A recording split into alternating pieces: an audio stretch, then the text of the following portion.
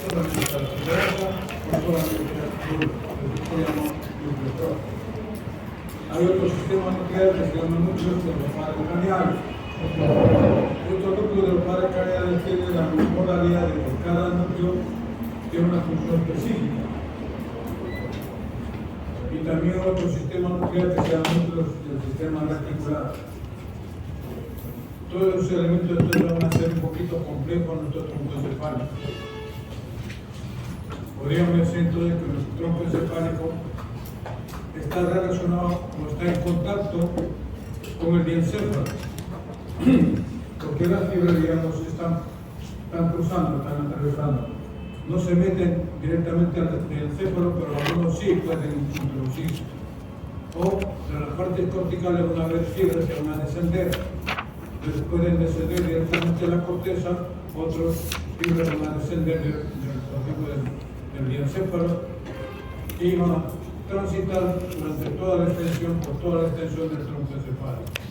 El tronco encefálico entonces diríamos que está limitado por la parte superior por dos niveles. Por la parte anterior es el hipotálamo. El hipotálamo viene a ser esta porción de acá.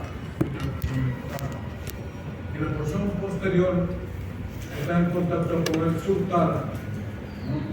Ninguno está directamente relacionado con el tálamo. En la parte distal, este tronco encefálico está en contacto con la médula espinal. El límite definitivo entre la médula espinal debe ser la recruzación piramidal. Debe ser la zona prácticamente que delimita el límite inferior con la médula espinal. Y cuando hablamos de la referencia, porque esto coincide con el agujero humano. El tronco encefálico está relacionado con el cerebelo en su parte, con su cara dorsal.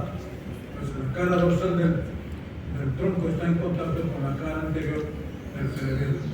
Pero está íntimamente relacionado por tres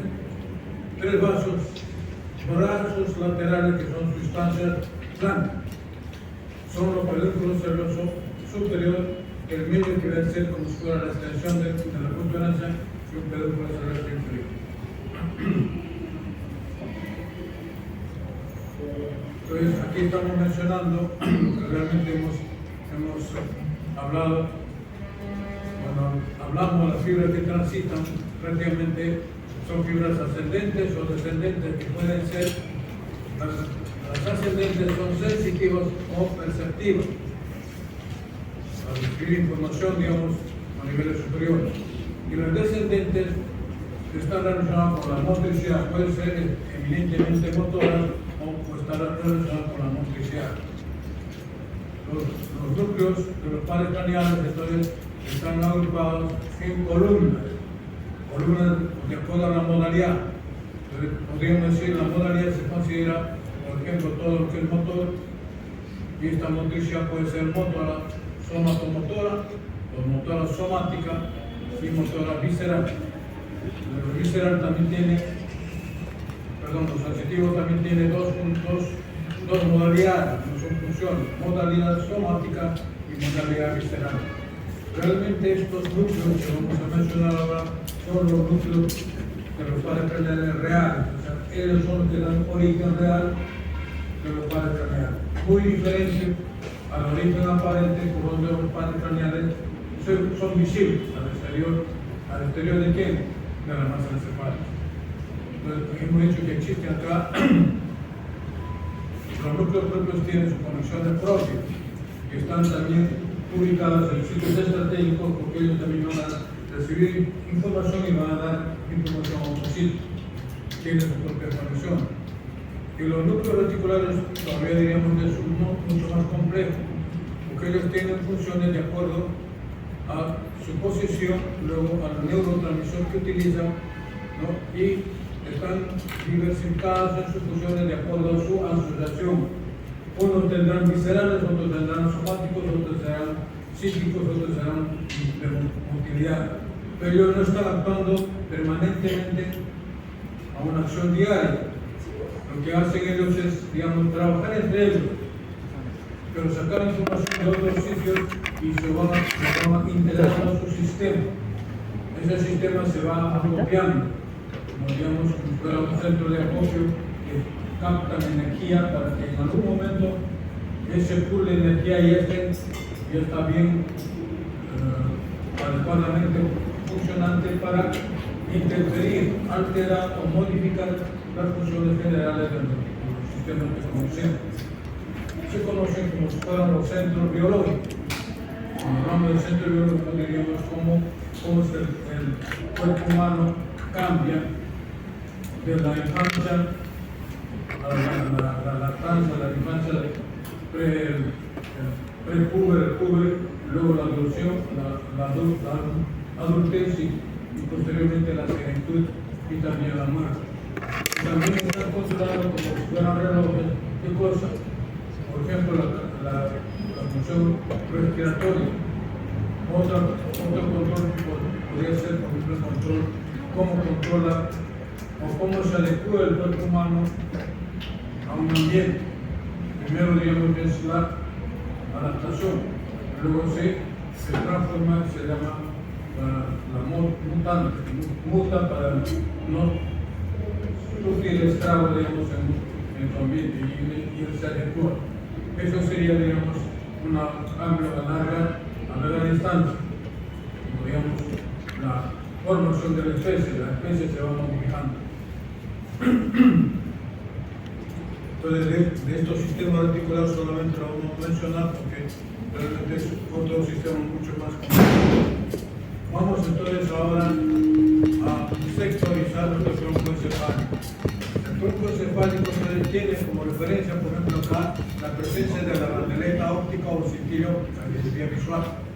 De acá para abajo está relacionado con esto que es el encéfalo. El encéfalo sí es parte del tronco encefálico.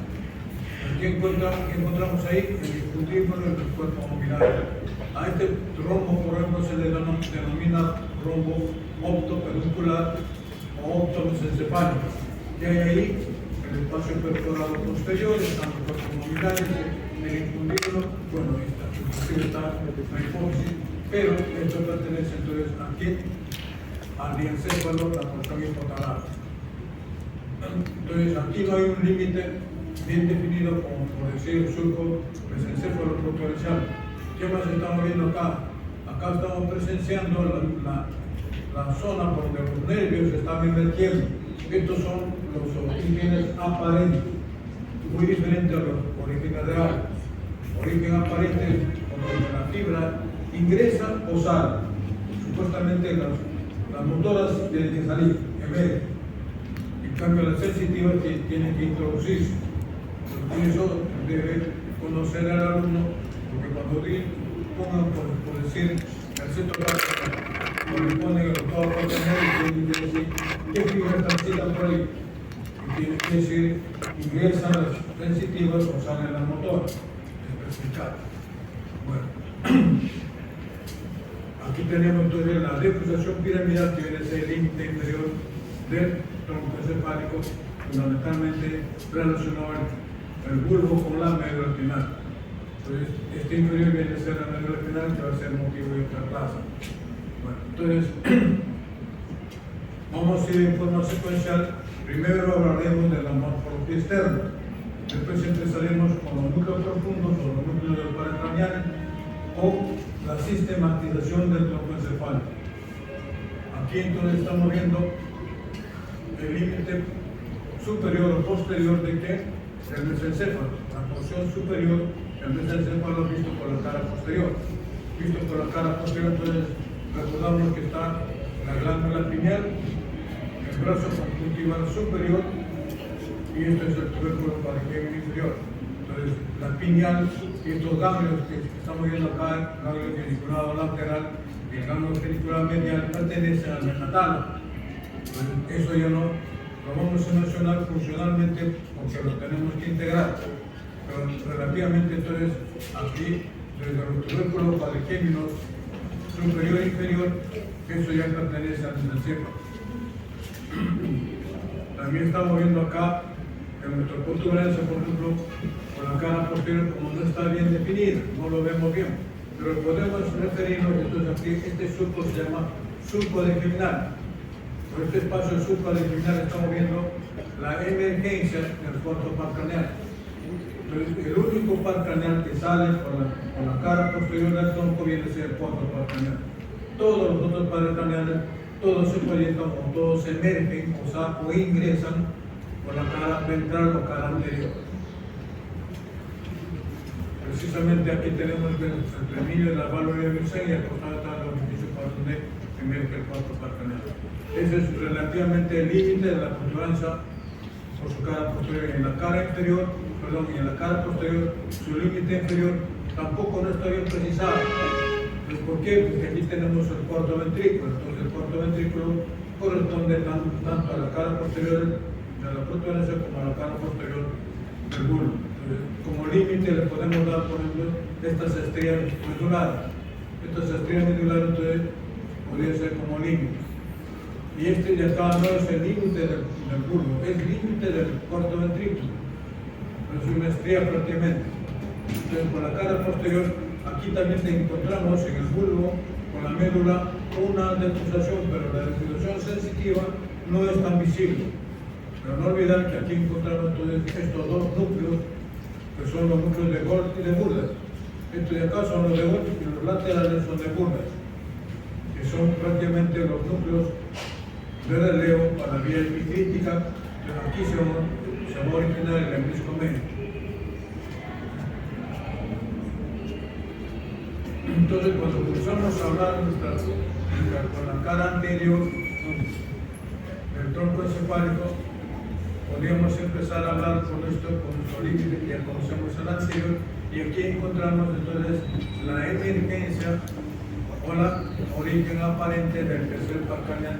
Este espacio lo podemos denominar espacio perforador posterior o también espacio interpeduncular. Y así tenemos que ir conociendo qué par craneal le corresponde a determinado sector y luego reforzar y no olvidarnos cuáles son los núcleos de ese par craneal que vamos a ver acá. Luego tenemos acá, este surco de acá se llama mesencéfalo protuberancial. En la protuberancia, ¿qué cosa encontramos? Encontramos acá que existe un surco medio oscilar. El surco medio está prácticamente en una impresión donde transita la arteria oscilar. Estas elevaciones laterales se llaman rodetes protuberanciales.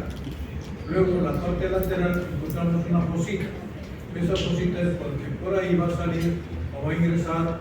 Digo ingresar y salir porque el quinto par craneal tiene ramas sensitivas que ingresan y tiene ramas motoras salen. Pero en la emergencia, el ingreso y la salida del quinto par craneal, su motora será la motora del quinto y la sensitiva es la rama sensitiva del quinto. Esa fosita se llama fosita protuberancial. Está prácticamente en el límite entre lo que es el rodete protuberancial y la continuación de esto se llama pedúnculo cerebroso medio, que es el pedúnculo más voluminoso de la protuberancia. Luego tengo este surco que se llama surco bulbo protuberancial. En este surco bulbo protuberancial están saliendo una serie de nervios, son las emergencias de los nervios que vamos a conocer ahora. El sexto par craneal o abduccio precisamente está saliendo por la fosita suprapiramidal, porque la pirámide del bulbo raquídeo. Lateral a él encontramos esta elevación se llama la oliva bulbar, tenemos que denominarlo así, porque en su profundidad está el núcleo de la oliva bulbar. Aquí hay un surco que se llama surco preolivar. Este surco preolivar es cuando están saliendo las raíces del doceavo par craneal, hipogloso. Entonces, toda fibra que sale del tronco encefálico no es decir directamente como si fuera un nervio. Las raíces salen del tronco encefálico y luego se juntan y forman un nervio. Estas raíces de acá se llaman raíces de hipogloso o surco preolivar. En el surco retroolivar entonces tenemos otros nervios que están saliendo. Por ejemplo, el más pequeño sería el noveno par craneal. Luego todo este conjunto de acá va a formar el décimo par craneal. Todas estas ramitas forman el décimo par craneal. El onceavo par craneal es este de acá, que tiene raíces espinales, porque de la médula espinal están surgiendo raíces espinales para juntarse con las raíces vulvares. Cuando se juntan con las raíces vulvares, se forma el onceavo par craneal. Se le dice el accesorio porque con su trayecto final exocraneal, parte de este onceavo par craneal se lo devuelve al décimo. Y él se queda solamente con las raíces espinales. Y es así como el espinal va a inervar a los músculos del cuello.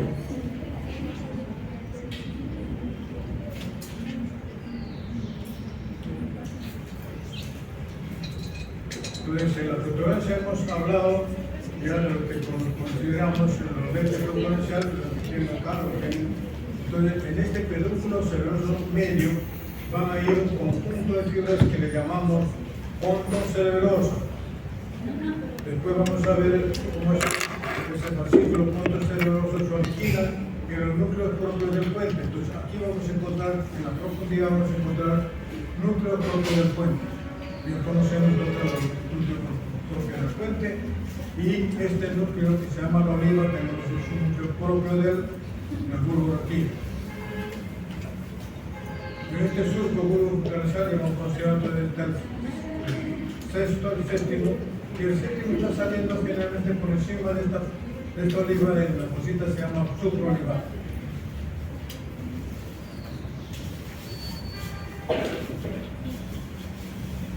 Continuando entonces con la cara anterior, y aquí consideramos lo que hemos ya expuesto, repitiendo lo que hay acá. Entonces no olvidar que está las raíces del onceavo par craneal, del onceavo par craneal hipogloso.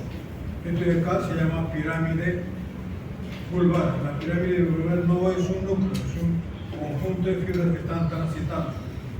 La oliva sí es un núcleo que se llama núcleo olivar. Inclusive hay núcleos que son adicionales a él, se llama núcleo de la panoliva. Aquí debemos hacer referencia de que el octavo par craneal que está saliendo con el suprabulbo protubencial tiene fibras que están ingresando.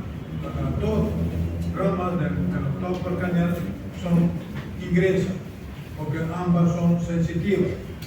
Son sensitivas somáticas, pero especiales, porque no son para ningún tipo de sensibilidad, para ningún tipo de percepción. ¿Qué percepción? La auditiva y la del equilibrio estático y dinámico. El séptimo también tiene dos nerviositos que están paralelos, juntos.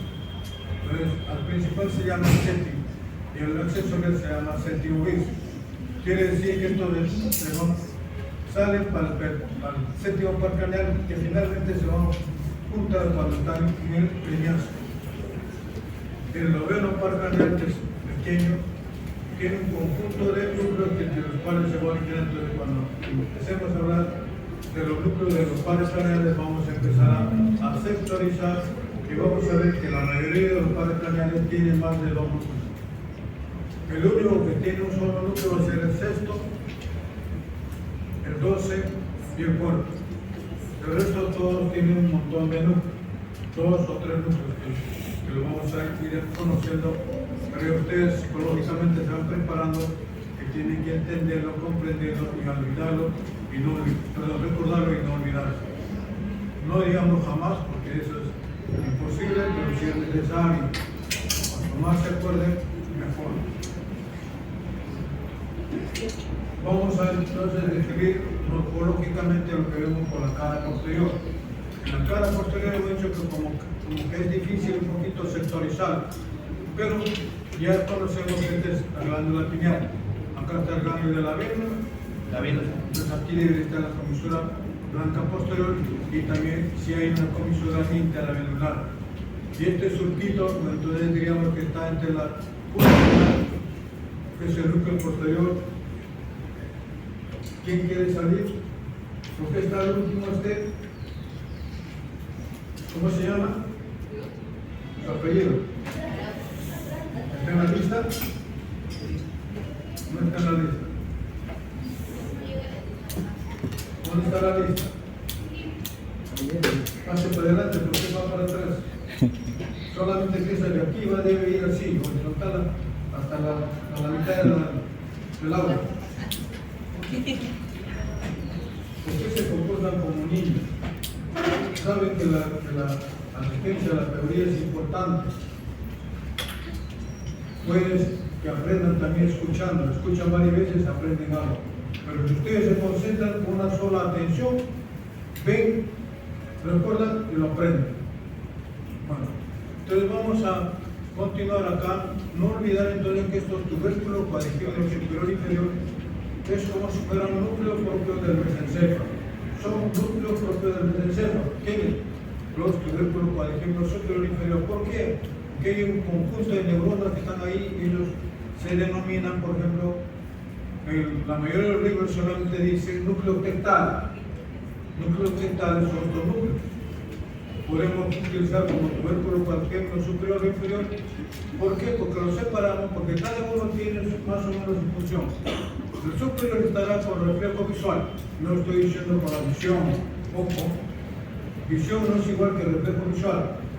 Quiere decir que puede ser para acomodación de los globos, de los oculomotores, o puede ser para reflejo consensual, o puede ser para la interpretación espacial de lo que uno ve. No es lo que estamos tomando conciencia de lo que vemos.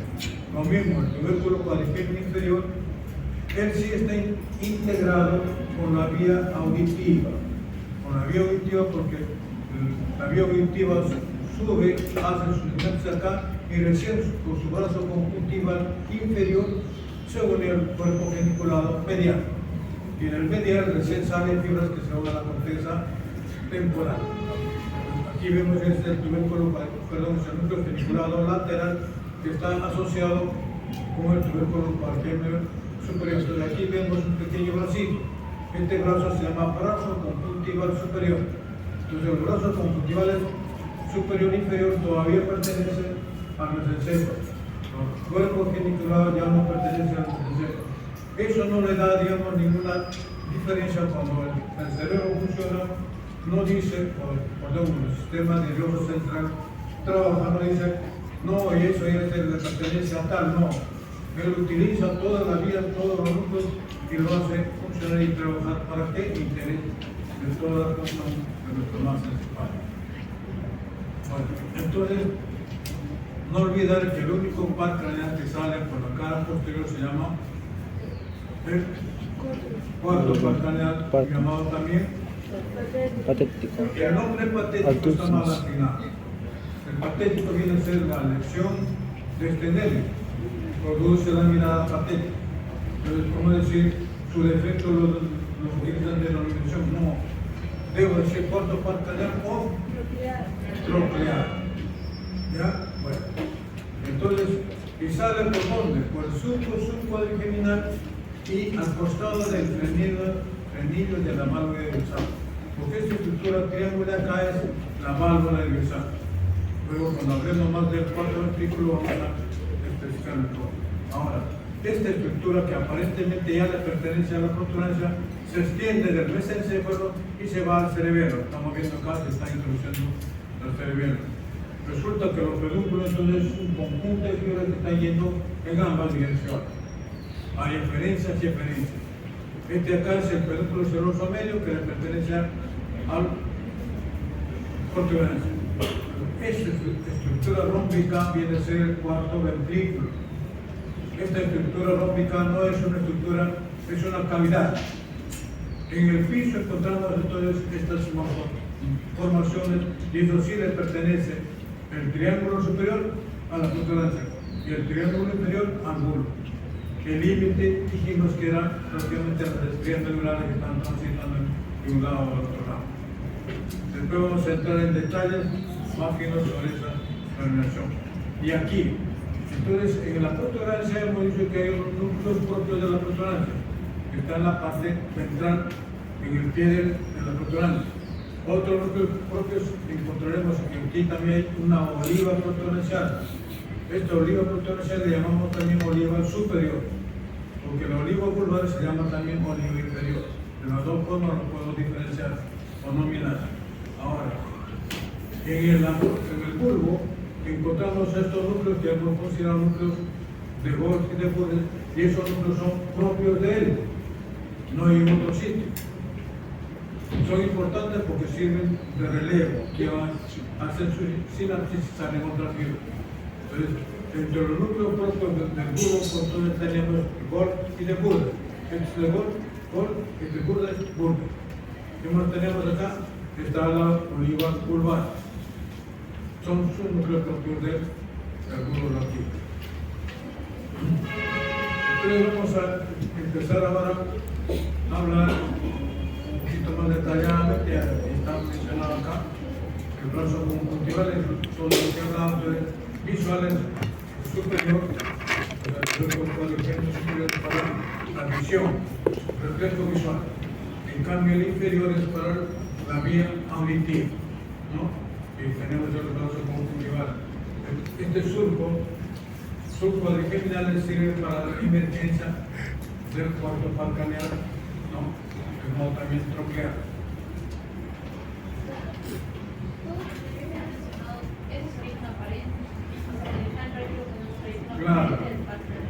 Claro, cuando él es visualizado, se dice origen aparente.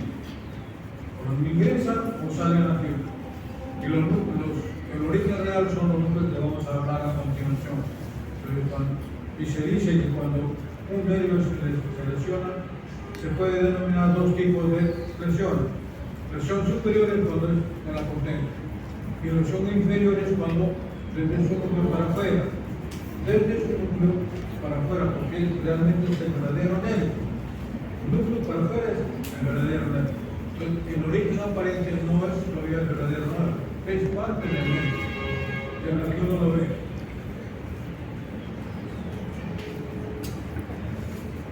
Entonces vamos a empezar a hablar ahora del cuarto ventrículo. El cuarto ventrículo es una cavidad. Como cavidad, él tiene su propio, diríamos, un tapiz. Es como si fuera el piso del cuarto ventrículo, son células serpentimarias, está tapizado por células serpentimarias. Eso lo aísla del parénquima cerebral.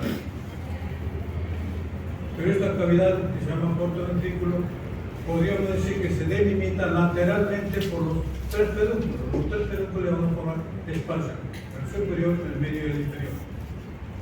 Pero en la parte dorsal existe una tela coroidea que es un poquito más extensa, que lo separa del cerebelo. Esa tela coroidea se llama velo medular anterior, y la parte más superior, prácticamente donde está a nivel de los pedúnculos cerebrosos superiores, se llama válvula de Guisard. Y el frenillo simplemente es ese tractito finito que está separando, digamos, los dos cuartos pares craneales. Luego, cuando observo este ventrículo, el triángulo superior, lo que me llama la atención es esta elevación. Por ejemplo, esta elevación son las eminencias teres. Las eminencias teres, llamado también cuniculum teres. Resulta que a ese nivel, a esa altura, no lo estoy diciendo que ese es.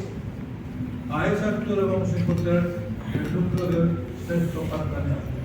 El núcleo real del sexto par craneal. En la parte superior medial, estas dos elevaciones se llaman eminencia media.